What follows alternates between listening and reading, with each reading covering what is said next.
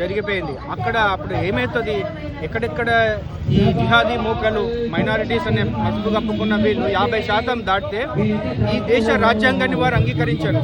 వారు ఏమంటారంటే షరియా లా కావాలంటారు. లండన్లో కూడా వాళ్ళదే ప్రతిపాదన పెట్టారు. బ్రిటన్ గవర్నమెంట్ యొక్క లాని మేము ఒప్పుకోము, మాకు షరియా లా కావాలి అంటున్నారు వాళ్ళు.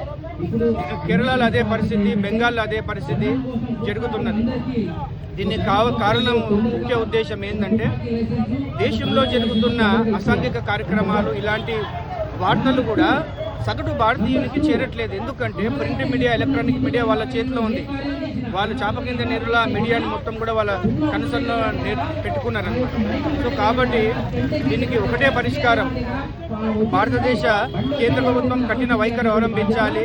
హిందూ విరోధుల పట్ల, భారతదేశ విరోధుల పట్ల, హిందువుల రక్షణ గురించి వారు ఉన్నారు. కాబట్టి హిందూ అనే వ్యక్తి